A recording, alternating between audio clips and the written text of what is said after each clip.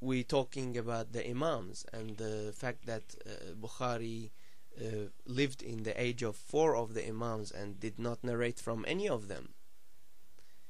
And some might argue that, okay, the Imams of the 12 Imams, the 4 of them were not famous, so therefore Bukhari could not narrate from them. So we can go along with this argument and say, okay, they were not famous. Imam Hussein was not famous. Imam Muhammad, Imam Zain al-Abidin was not famous. Imam Muhammad al-Baqir was not famous. How about Imam Ja'far al-Sadiq? He was not famous. He was very famous, and there were hundreds, but maybe even more, of people who used to say حدثنا جعفر ibn Muhammad, حدثنا جعفر ibn Muhammad, and he used to narrate from Imam Ja'far al-Sadiq. Now you go and check in Bukhari and try to find hadith narrated by Imam Ja'far al-Sadiq. You will find hadith narrated by who? By the most bitter enemies of Imam Ali.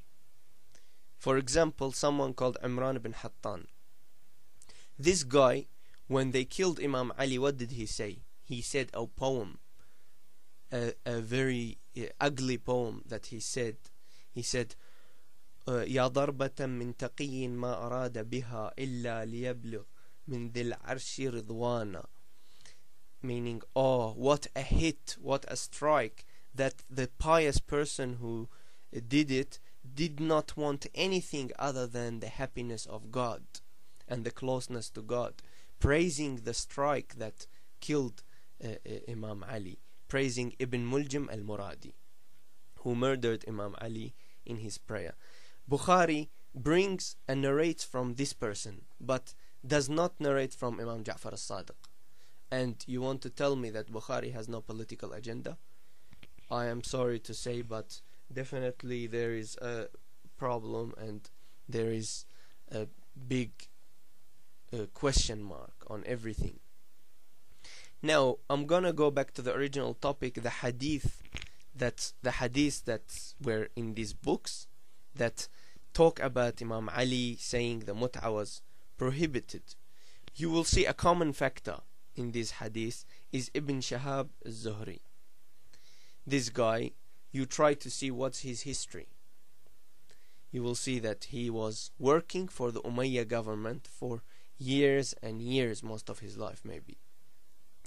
And the Umayyad government had cursed Imam Ali on the pulpits for 80 years, with the exception of some of its rulers, where most of them were hateful, bitter haters of Imam Ali. So what is expected from Ibn Shihab al-Zuhri other than lying and fabricating upon Imam Ali? So you don't listen to, you want the opinion of Imam Ali about temporary marriage, you don't go and take it from Muawiyah, you don't go and take it from Ibn Shihab al-Zuhri, you don't go and take it from Imam Ali's enemies, the ones who stood against the followers of Imam Ali.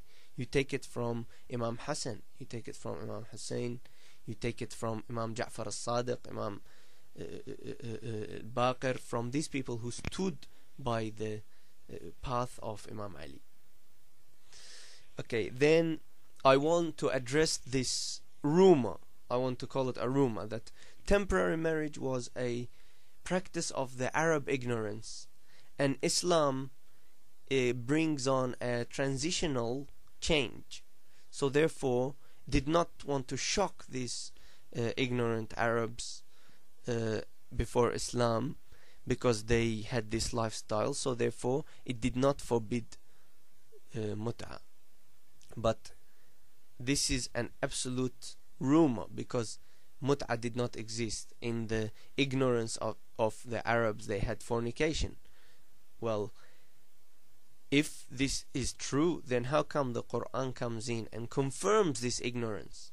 If this was a practice of the ignorance, how come the Quran comes in and brings down a verse 4:24, which confirms and legalizes this ignorance. Does God legalize the acts of the ignorance? Secondly, they always use the argument that alcohol was not forbidden and was forbidden transitionally. Says who? Go and read the Bible. Go and read the books. At the time before the Islam has come, what's the rule that applies? There is no religion in the world. Yes, there were the religions, the Christianity, and there was the religion of Ibrahim, which were the religions that you were meant to follow.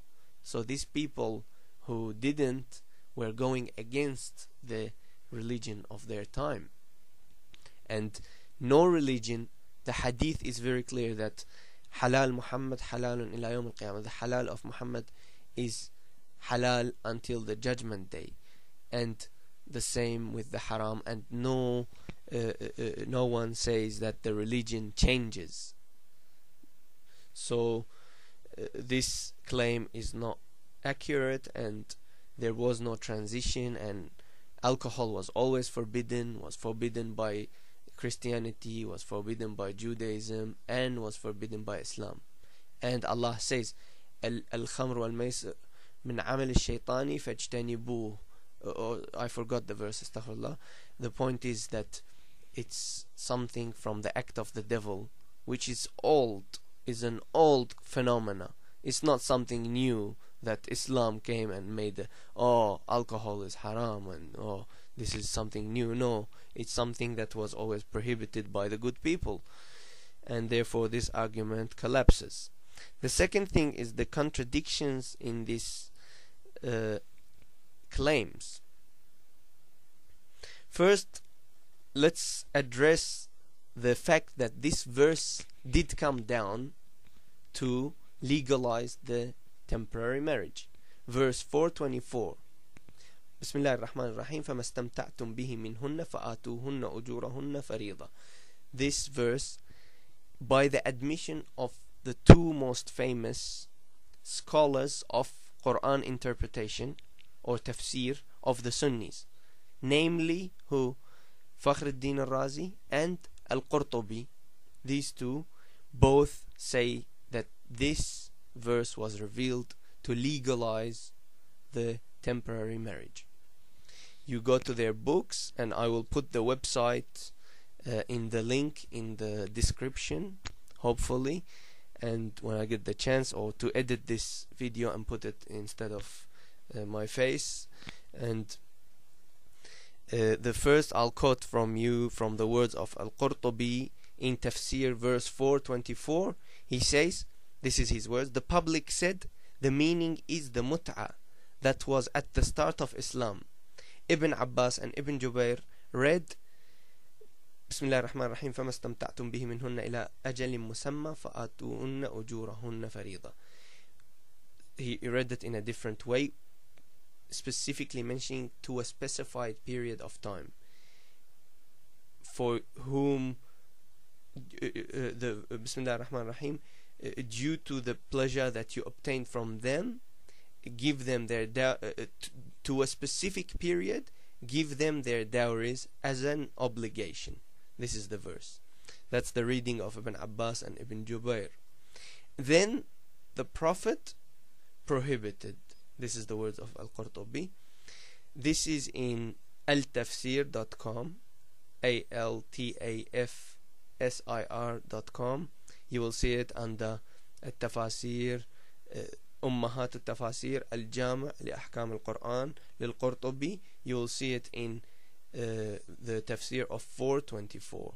Also Fakhruddin al-Razi, which is the second one, who is also one of the most famous ones for them, he says the second opinion, apparently a few opinions, the second opinion is that the meaning of this verse is the temporary marriage, and they all agreed that it was allowed at the start of Islam. This is also, you will find it in Mafatih al-Ghaib, the same website, altafsir.com, Mafatih al-Ghaib, Al-Tafsir al-Kabir, that's the name of his book, in the tafsir of 4:24, also on pages 10 and 11.